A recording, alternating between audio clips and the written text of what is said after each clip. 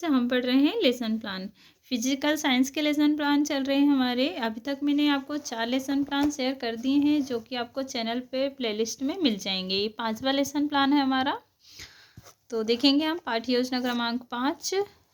जैसा कि मैंने आपको पहले भी बताया है, क्या ये पॉइंट हमारे सेम रहेंगे कि विद्यालय का नाम, कक्षा, विषय, प्रकरण और दिनांक, अवधि, कालखंड। तो हमारा जो भौतिक विज्ञान का है वो उसके लिए हम कालखंड, जो हमारे 4 कालखंड होते हैं, प्रथम 4, उन्हीं में से हमें एक लेना होता है, प्रथम, द्वितीय, तृतीय, चतुर्थ। क्योंकि विज्ञान और गणित विषय को कठिन माना गया है इसलिए इसे प्रथम 4 कालखंडों में ही रखा जाता है।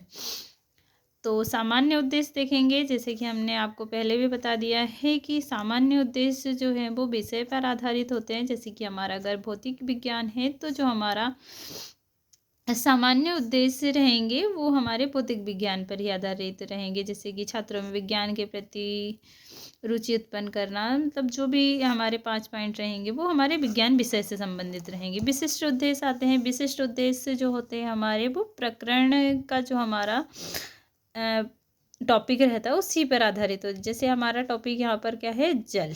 तो ये जो हमारे विशिष्ट उद्देश्य होंगे वो जल पर आधारित होंगे। जैसे कि छात्र जल का प्रत्यास्मरण कर पाने में सक्षम हो सकेंगे। बोधात्मक, ज्ञानात्मक जो होगा कि भाई उस टॉपिक को पढ़ने के बाद हमें क्या ज्ञान प्राप्त हुआ। फिर उसके बाद आता है बोधात्मक। बोधात्मक में क्या होता है कि छात्र जल के विषय में बताने में सक्षम हो सकेंगे।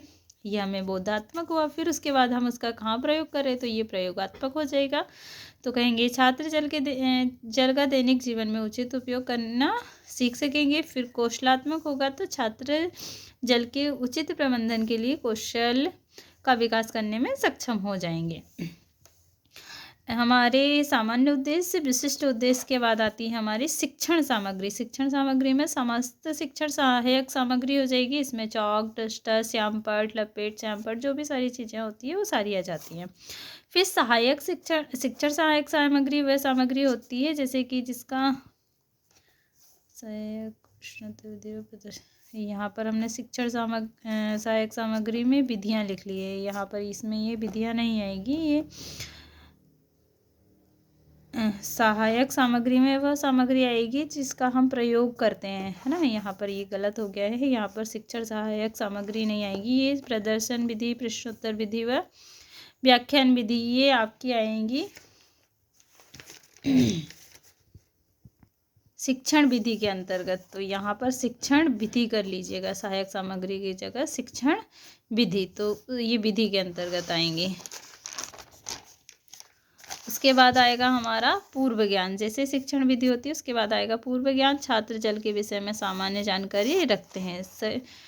उसके बाद हमारी आती है प्रस्तावना। प्रस्तावना में हमारे 3 कॉलम होते हैं, क्रमांक, छात्र अध्यापिका क्रिया, छात्र क्रिया। तो इसमें जो क्वेश्चन चलते हैं वो 4 से 5 क्वेश्चन लेके हम छोटे छोटे से सवाल करके आखिरी सवाल हम यहाँ पर लेके आते हैं जो हमें उद्देश्य लेना है। समस्यात्मक प्रश्न लेते हैं। उसके बाद हमें, जैसे हम जल के बारे में अधिक जानकारी देना चाहते हैं तो पहले हम ऐसे नॉर्मल से सवाल पूछेंगे जिनका उत्तर बच्चे दे सकते हैं। जैसे कि बच्चों हम किस ग्रह पर रहते हैं, तो बच्चे आसानी से कह देंगे पृथ्वी पर। कि जैसे ही बच्चों का जवाब आता है पृथ्वी, तो अगला क्वेश्चन हम पृथ्वी से ही लेंगे कि पृथ्वी पर कौन कौन से जीव जंतु रहते हैं। तो बच्चे जवाब दे देंगे शेर, मछली, बिल्ली, सांप, ये सारे जंतुओं के नाम ले देंगे। तो फिर हम कहेंगे अब यहाँ पर जो उत्तर मिलेगा उसी पे से अगला हमारा क्वेश्चन बन जाएगा कि मछली कहाँ पर रहती है। तो बच्चे कह देंगे पानी में। तो अगला हम पानी पर से ही सवाल बनाएंगे कि पानी को हम किस नाम से जानते हैं, तो जल। फिर अगला हम सवाल बनाएंगे जल से, तो कि जल के विषय में आप और क्या जानते हैं। तो बच्चे मौन हो जाएंगे, समस्यात्मक प्रश्न हो जाएगा। तो यहाँ पर जो हम क्वेश्चन लेंगे वो इस तरह के होंगे कि जो हमारा पहला प्रश्न, फिर उत्तर, फिर उसी प्रश्न के उत्तर पर से अगला प्रश्न, फिर उत्तर, फिर उसी प्रश्न से अगला प्रश्न, फिर उत्तर, फिर उसी उत्तर पे से अगला प्रश्न, फिर उत्तर। तो ये जेड के सिस्टम में चलेगा हमारा। जिगजैग समझ सकते हैं या जेड समझ सकते हैं। अब जहाँ पर बच्चे रुक जाते हैं, समस्यात्मक प्रश्न को ही हम उद्देश्य कथन मानते हैं। जैसे कि बच्चे क्या जानते हैं, कहाँ रुक गए हैं, जल के विषय में आप और क्या जानते हैं। तो ये बस हमारा उद्देश्य कथन बन गया कि आज हम जल के विषय में और अधिक जानकारी प्राप्त करेंगे, क्योंकि बच्चों को जल के विषय में और अधिक जानकारी नहीं है, तो हम क्या कहेंगे कि हम चलो बच्चों जल के विषय में और अधिक जानकारी प्राप्त करेंगे। प्रस्तुतिकरण हम प्रथम और द्वितीय अनुमिति में भी ले सकते हैं या दोनों को एक साथ भी लिख सकते हैं। तो यहाँ पर प्रस्तुतिकरण में आपके आएंगे, पहला कॉलम रहेगा आपका शिक्षण बिंदु, फिर रहेगा छात्र अध्यापिका क्रिया, छात्र क्रिया, शिक्षण विधि और श्यामपट्ट कार्य। प्रकरण जो है रहेगा हमारा वही हमारा शिक्षण बिंदु में आएगा, जैसे जल है हमारा प्रकरण तो यहाँ पर आएगा जल। इसके बाद हमारा विकासात्मक प्रश्न है, जैसा कि मैंने आपको पहले भी समझाया है कि विकासात्मक प्रश्न वह प्रश्न होते हैं, यहाँ पर हम एक दो ऐसे प्रश्न लेंगे जहाँ पर एक दो प्रश्नों का जवाब बच्चे दे सकते हैं, और फिर हम जिस तरह से हमने यहाँ पर समस्यात्मक प्रश्न निकाला उसी तरह से यहाँ पर भी एक या दो प्रश्न लेकर हम समस्यात्मक प्रश्न निकाल लेंगे। एक ऐसा सवाल करेंगे जिसका बच्चे आसानी से जवाब दे देते हैं, फिर थोड़ा सा एक सवाल ऐसा करेंगे जो हमारे उद्देश्य की ओर हमें लेकर जाता है, जैसे कि भोजन के उपरांत हमें किस चीज़ की आवश्यकता होती है, तो ये बड़ा ईजी था, बच्चे आराम से कह देंगे कि जल। कौन सी विधि है, हम प्रश्नोत्तर विधि का उपयोग कर रहे हैं, यहाँ पर श्यामपट्ट कार्य कुछ नहीं होगा। फिर अगला हम क्वेश्चन करेंगे कि जल का रंग कैसा होता है, तो बच्चे का क्या जवाब देंगे, बच्चे बिल्कुल मौन हो जाएंगे, क्योंकि रंगहीन है तो इसका वो कुछ जवाब नहीं दे पाएंगे कि भाई क्या कलर बताएं, तो वो क्या हो जाएंगे मौन, या आपस में डिस्कस करेंगे। तो यहाँ पर एक समस्यात्मक प्रश्न निकल रहा है, तो रंग के बारे में उन्हें कोई जानकारी नहीं है, तो अब शिक्षक का कार्य है उस टॉपिक को समझाना। भाई जहाँ पर बच्चे मौन हो रहे हैं हम, तो शिक्षक का कार्य होता है उसे समझाना। तो अगला हमारा पॉइंट रहेगा कि हम छात्र अध्यापिका कथन, मतलब छात्र अध्यापिका जो है उस विषय पर अब समझाएंगे।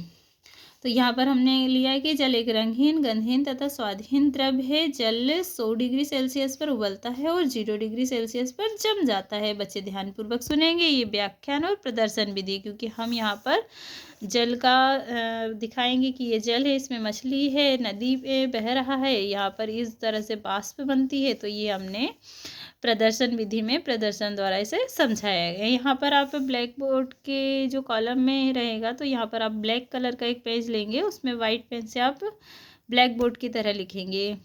जैसे पॉसिबल हो पाएगा मैं वो भी आपको दिखा दूंगी। आप कोशिश करें कि एक ब्लैक पेज ले और उस पर वाइट पेन से लिखें, जिस तरह से ब्लैक बोर्ड पे दिखाई देता है।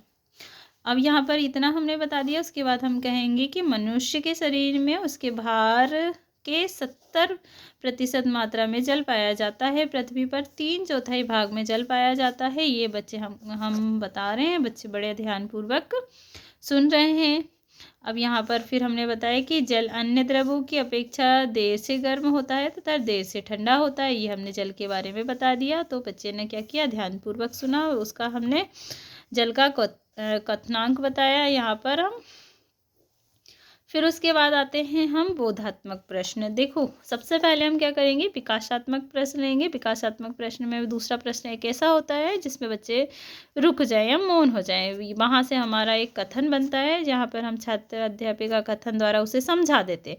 अब छात्र अध्यापिका कथन के बाद आते हैं बोधात्मक प्रश्न। ये वह प्रश्न होते हैं जो हमने यहाँ पर जो टॉपिक समझाया उसी में से हम इन प्रश्नों को निकालते हैं। जैसे कि हमने यहाँ पे समझा दिया, उस पे से हम आप प्रश्न करेंगे कि जल किस ताप पर उबलता है, तो बच्चे बता देंगे 100 डिग्री सेल्सियस पर, क्योंकि हमने यहाँ पर बताया है कि जल 100 डिग्री सेल्सियस पर उबलता है। अब यहाँ पर अगर हम ये पूछ लेते कि जल किस ताप पर ठंडा होता है या जम जाता है, तो यहाँ पर 0 डिग्री सेल्सियस पर जम जाता है। बच्चे आसानी से जवाब देते थे। ये कौन सी विधि है, हमारी प्रश्नोत्तर विधि है। जल का रंग कैसा होता है, जल रंगहीन है। यहाँ पर हमने बताया है जल रंगहीन, गंधहीन और स्वादहीन है। तो यहाँ पर बच्चे जवाब दे देंगे। अब जिस तरह से हमने ये पहला विकासात्मक प्रश्न लिया था, पुनः से हम अपने टॉपिक को आगे बढ़ाने के लिए कुछ प्रश्न और करेंगे, जिसमें हम पहला प्रश्न ऐसा करेंगे जिसका जवाब बच्चे आसानी से देते कि खाना पकाने के लिए हमें किसकी आवश्यकता होती है, तो जल की। प्रश्नोत्तर विधि है। अब जल के अन्य उपयोग क्या है, तो यहाँ पर फिर बच्चों को समस्या होगी, तो फिर हम इसके बारे में फिर बच्चों को समझाएंगे। तो ये हमारा क्या हो जाएगा, द्वितीय अनुमिति हो जाएगी। यहाँ पर जल के उपयोग समझा रहे हैं। है ना। तो द्वितीय कथन क्या होगा, छात्र अध्यापिका कथन। यहाँ पर हम जल के उपयोग के बारे में समझाएंगे कि जल के अन्य उपयोग निम्नलिखित है। जल का उपयोग खाना पकाने के साथ साथ पीने, कपड़े धोने तथा अन्य घरेलू कार्य के लिए भी होता है। छात्र क्या करेंगे, ध्यानपूर्वक सुनेंगे। ये कौन सी विधि है, हमारी व्याख्यान विधि है। जल के उपयोगों के बारे में यहाँ लिख सकते हैं हम। फिर रहेगा हमारा जल का उपयोग खेतों में सिंचाई के लिए किया जाता है। फिर रहेगा जल का उपयोग मछली पालन के लिए भी किया जाता है। जल का उपयोग पन बिजली बनाने में भी किया जाता है। आग लगने पर पानी का उपयोग बुझाने हेतु प्रमुखता से किया जाता है। इस तरह से हमने 4 से 5 इसके जल के उपयोग बता दिए। अब जैसे ही हमने यहाँ पर कथन लिया, उसके बाद में हम लेंगे यहाँ पर फिर से बोधात्मक प्रश्न। अब इन प्रश्नों के द्वारा हम क्या प्रश्न करेंगे, जो अभी हमने समझाया उसी में से प्रश्न लेंगे कि सिंचाई के लिए किसका उपयोग किया जाता है। तो बच्चे आसानी से कह देंगे पानी का या जल का। मछली पालने के लिए किस चीज़ का उपयोग किया जाता है, तो यहाँ भी बच्चे आसानी से बता देंगे कि जल का। तो ये कौन सी विधि होगी, हमारी प्रश्नोत्तर विधि। अब ये सब होने के बाद ये हमारा 2 बार हो जाएगा रिपीट।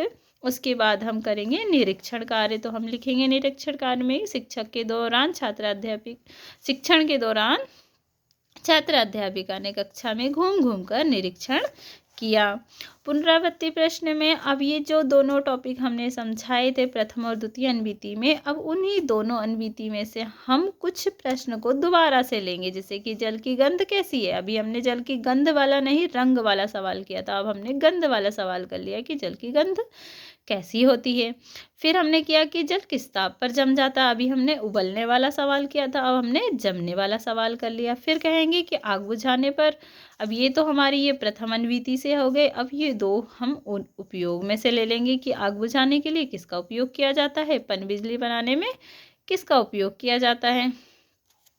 फिर इसके बाद आते हैं गृह कार्य। गृह कार्य में हम कुछ प्रश्नों को दे देंगे कि जल के 4 उपयोग लिखिए।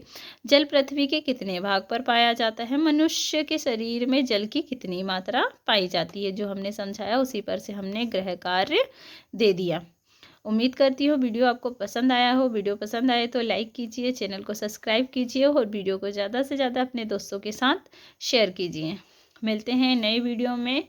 और हाँ, वीडियो मेरे चैनल पे जो बीएड है उसके बहुत सारे जो टॉपिक फाइलें जो बनाई जाती है उन्हीं सभी के टॉपिक में शेयर करती हूँ।